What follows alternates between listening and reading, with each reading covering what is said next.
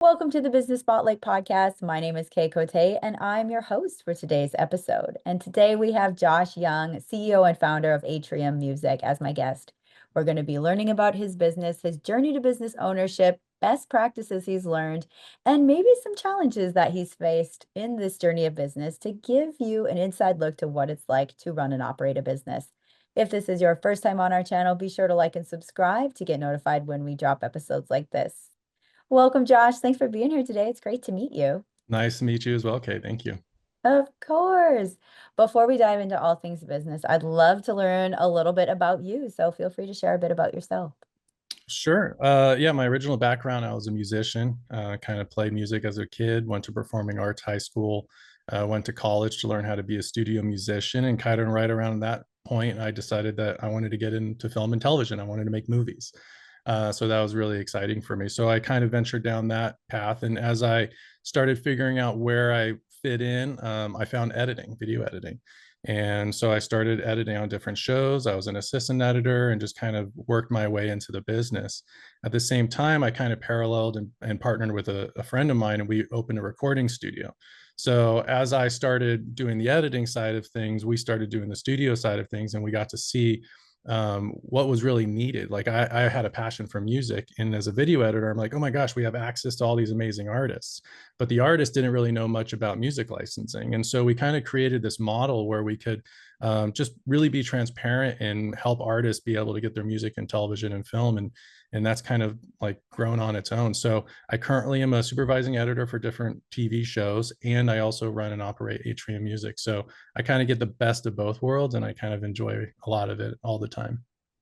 Oh my goodness, we have so many parallels like right off the bat. So I'm very excited to dive in deeper, especially when it comes to music and like television and film. So very, very cool. I love that. I love seeing especially artists and people in the industry be able to create a business and a sustainable one at that. So that is super fun. Okay, so now how many years did you say you were in business? We've been doing it for almost 15 years. Okay. Yeah. Oh, and I'd love to learn about your team, a little bit of what that looks like. How many team members do you currently have, and what is your company culture like? It's a lot of fun. We the culture, we're all musicians. There's about four of us, and we run extremely efficient. And we really have a desire to help and teach artists. So, yes, we want to run a business and we want to grow as a business, but we try to also do that as an educational aspect as well. So we really want artists to be familiar with the sync world, what that looks like. There's so many different details that are involved in publishing administration, ownership, copyright ownership. And so those are things that we really try to educate on. And then from a creative standpoint, I do a lot of lecturing where I teach artists what an editor looks for from a music side of things, what songs will place better, what stuff doesn't work for editors. And I really try to help artists be able to kind of create another revenue path, because people aren't selling CDs as much anymore, and it's a lot of streaming services. But we're also finding is artists can be discovered from TV now. People are getting like thousands and thousands of Shazams because people are watching their favorite show and they're like, oh, I like that song, and they Shazam it, and all of a sudden that brings them to their Spotify page, and they get to learn and hear about new artists. So we try to really kind of create a overall culture of like education and artist development, and really kind of supporting the creative parts of the business as much as we can. Oh, that's incredible. Now, I'm curious, what kind of genres do you like? How many genres do you work with, or like all genres, or are you more like acoustic, electronic? We want all genres. So we do a lot of artist stuff. We also have a lot of composers. We really try to be an all-in-one, and we really try to have different artists who focus. Like if their strengths in pop, I want them to write pop. I don't want them to write, rock. And so we really try to make sure we have everything the best we can in every single different genre we possibly can, because we never know when we're going to get a brief or a request for something that's in some obscure genre. We did a bunch of we did a dating show, but it was a worldwide dating show, and they wanted music. They wanted French love songs, and they wanted love songs from the Middle East. And so we had to be able to find different songs in different languages, and so we really wanted to have a strong category in all those things. So we go and find the best we can for each different genre. Oh, very cool. Yeah. Now, I kind of want to take it back to, was there like an aha moment for you when you wanted to start this business, or was it something that was like on your mind for a while? What was that story like? That's interesting. If I go back and look on it, it's definitely beyond me. And right around 2009, I produced my first film, and when we finished it, that was the path I was on. I was like, I'm making movies. I was sitting down with people. I was reading scripts. We were starting to budget stuff out, and right around the same time, this idea of Atrium kind of popped its head up, and that just ended up taking on a direction of its own, and I had no control over it. It was just like everything just started happening. And that's where I ended up going. I always thought I was going to make movies, but this business decided that no, this is where I need to go. So I was absolutely led in this direction. And that's confirmed all the time with all the connections that I'm making with people, with the decisions that are being made, with the opportunities that are being had. So it's kind of interesting how it's like you kind of plan for something, but God has a different plan for you, and you just kind of have to listen and follow, and you're like, all right, whatever you got. And so that's kind of how that path ended up. And we really wanted to create a safe environment for artists. The music business and the entertainment business is kind of, it doesn't have the best reputation for people to have integrity, right? Mm, And so when you dive into something, there's a lot of skepticism, and so we just wanted to kind of get rid of all of that and be like, this is everything that's going on. We wanted to be transparent. We wanted to provide opportunities that were the same for every single artist coming in. It didn't matter if you're a coffee shop writer or you had a big attorney from New York. Like, everybody had the same opportunities, the same deals, the same percentages, everything. mm. Right now we have 1,500 artists worldwide. Everybody has the same deal, right? So nobody can feel slighted or anything like that. And that was really important to us. We really wanted to make sure that people felt like they were in a great company that looked after them. And that's kind of where we are and what we're doing now. Oh, you hit the nail on the head, especially with the industry. And that's where I've struggled in my own business as well, is just structures and standards and like making everyone feel seen and heard, equal opportunity, or and just all the things that I absolutely love that you're bringing to the table in your business as well.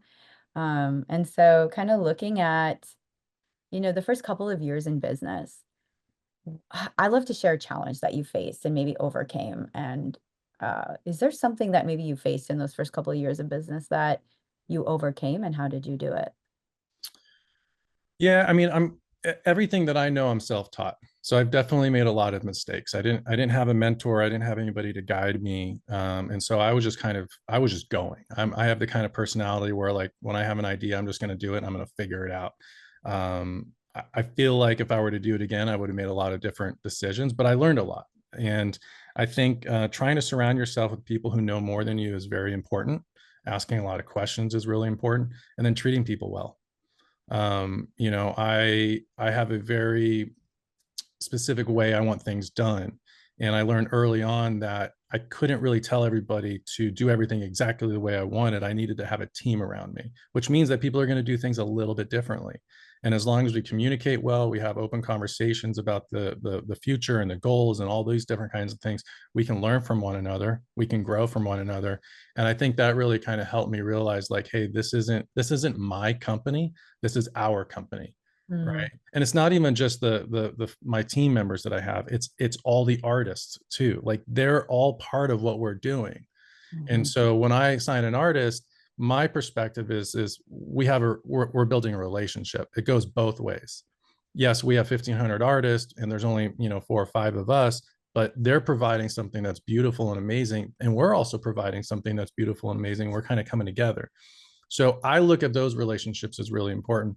I want to work with great artists. To me, if somebody has the best music in the world, but they're kind of a jerk, it doesn't matter to me. I don't really want to work with them. And so, because I do this every single day, My team does it every single day. We just want to continue to work with great people. If that means our business grows a little bit slower, so be it. I'm totally fine with that. So I hope that answered the questions. Like the early on stuff, we definitely had our challenges. So I would say if I could go back now, I would try to find more mentors that could Mm, help guide me through the process, because I didn't go to school for business.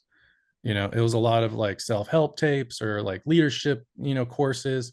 The other thing that I believe is one of the most important things, especially in the entertainment industry, is leadership. There's so many people in the entertainment industry who have leadership titles or leadership roles, but they're not leaders. yeah. And my experiences in a lot of the shows that I've worked on, it's not fun, right? And there's ego that's involved. That's not fun. I want to be on a team, and I really want to be able to try to get the most out of each team member, not 40%, not 50%. And I believe the better the leader you have in an organization, the more you're going to get out of your employees.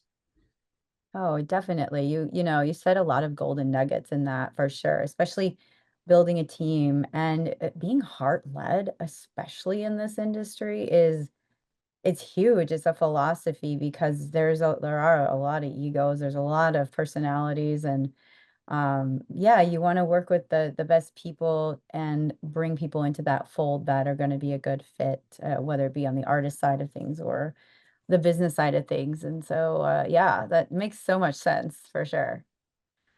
And looking at kind of like where you're at in business now, when you're looking to work with an artist, I'd love to know what, like if I were to walk in your doors today and or check you out online, how would I know I'd be a good fit for you? The way I put it now is, let me go back for a second. There are so many opportunities right now. Sync is just blown up, right? There's so much media out there. There's so much content out there. Every piece of content needs music. And so we're just seeing more and more content growing, but more and more artists are kind of like, I want to get in a sync. And so everything is just kind of exploding.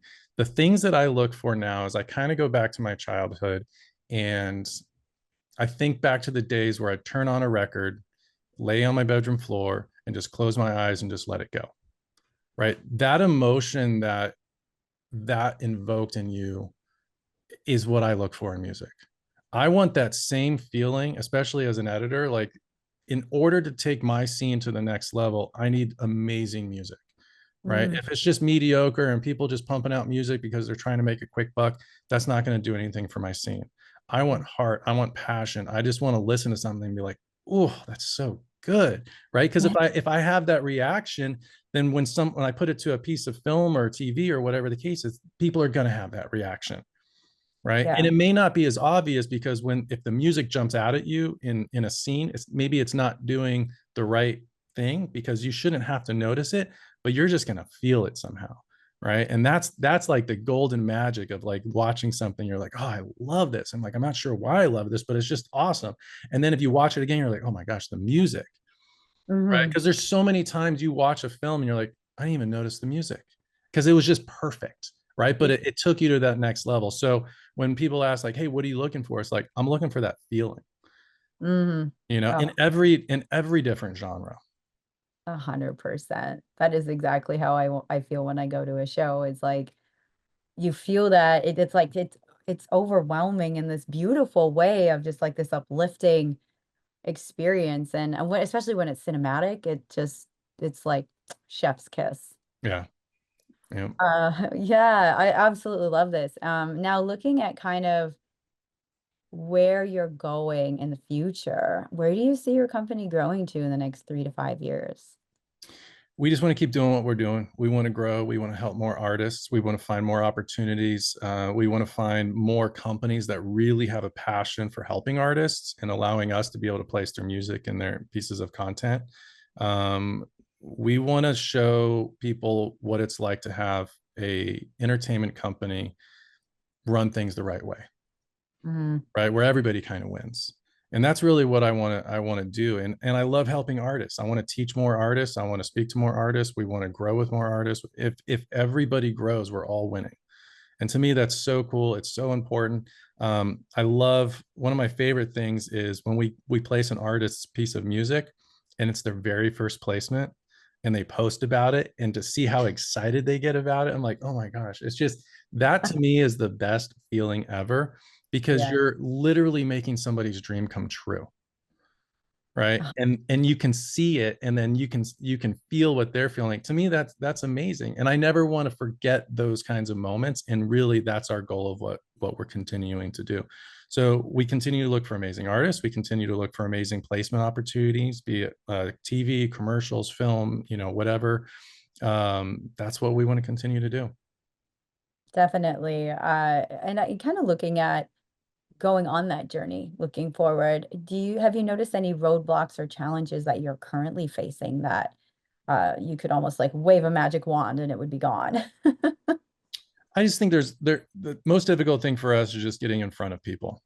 Mm, Right, there's so much content out there, there's so many people who are pitching to different agencies, or like producers or directors or music supervisors, and I really want our product to speak for itself, and I believe it does, because as soon as we get our music in front of somebody, or they see how we work, um, we have clients forever. mm, So that's the biggest hurdle, is just letting people know who we are, because we are a boutique agency. hmm. We are not one of the massive music libraries out there, or sync agencies out there that are backed by billion-dollar companies. we're Hmm. we're kind of like a mom and pop shop, but what we provide and the quality we provide is definitely on par with every single other company out there. Definitely. That makes a lot of sense. That can look like marketing pursuits, or even I noticed you had an article. I read a little bit of your article. Just kind of those creative ways to market. So are there anything like any marketing, I guess, pursuits you have right now that seem to be leading in the right direction? Marketing's a little bit difficult for us, because the consumer type of marketing ends up being not the target market we're looking for. Right, it's very inside, it's very like producers or directors, or music supervisors, or ad agencies, creative directors. You can't really mass market to those particular people, it's all based on relationships. When we do market, it ends up being to artists, and Yeah. and so that's a really great thing, but we also need to have the other side of it, where it's like these independent ad agencies know who we are, and they can Mhm. trust us and say, hey, we need music for this ad, let's go to Atrium. Yeah. Yeah. So those are the bigger challenges. It's a different kind of marketing, and word of mouth actually ends up being the strongest type of marketing, which is probably the case in every business. It really makes a lot of sense because when you're doing like B2B work with other people in the industry, and it is very like inside kind of who like you can bump into the right person literally in an elevator. Mhm. Yeah, that I've noticed that too. But with other music businesses I've, been a part of as well. So that's cool. I love to see this. And do you have a number? Like how many artists did you say that you're currently working on? We have Or just about 1,500 right now worldwide. nice. Yeah. And do you have any goals for how many more do you want to bring on, or do you have any numbers there, or is it kind of just a feeling? We'll continue to bring artists on as long as we can continue to service them. It's very important for me to, artists can text us, email us, and we get back to them within a few hours. As long as we can keep maintaining those kinds of relationships and kind of communication, we can continue to grow. Obviously the opportunities continue to grow, which means we need to be able to provide new music, and so the communication part is really important. I don't like the websites that it's like you can't get somebody on the phone, it's all AI, it's a chat. I'm like, no, my artists know that if they need something, they can text me, Hmm. or they can email my team, and we get back to them within an hour. Like that's super, super important for us. Communication is just, and if there's ever a discrepancy, or like, hey, I'm confused about this, and we have more than two emails go back and forth, we pick up the phone and call and be like, hey, let's talk about this. Right. That's the way I want to continue to operate.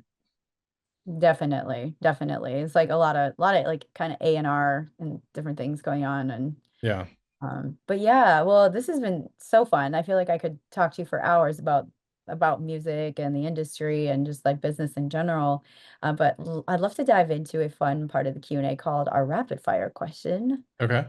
So we have four questions. I kind of asked one earlier, so we'll kind of go over it again. But So, well, yeah, where you answer very top of mind. Okay. All right. Question number one is, what is a key to success for you? Giving back. Hmm, love that. Number two is, what is a piece of advice you have for other business owners? First thing that comes to mind is just listen. Mm, it's huge. Yeah. Number three is, what is it could be a book, a podcast, an article, anything that you've read recently or listened to? Oh, that's a tough one. Right now, I'm definitely into the more spiritual books.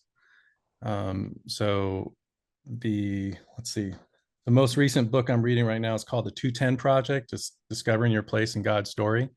And then before that was Praying Like Monks, Living Like Fools. Those are the Hmm. last two books I've been reading. Uh, I'm writing those down.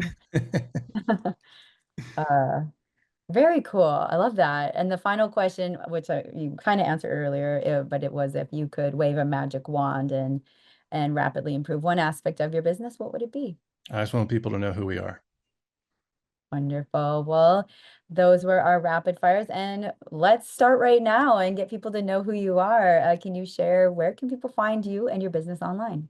Instagram is the best way. It's Atrium Music Official, and we respond to people there. You can also go to our website, which is atriummusic.com, but really probably Instagram's the best place because that has all the most up-to-date shows, releases, announcements, that kind of stuff. Wonderful. Well, thank you for sharing that. And for our final question today, what is most inspiring to you today? Music, artists, music. I mean, that hearing new music and artists putting their passion in that, I mean, that inspires me each and every day. 100%. Well, thank you so much, Josh. This has been such an inspiring conversation. Thanks for being on the show. Thank you, Kay.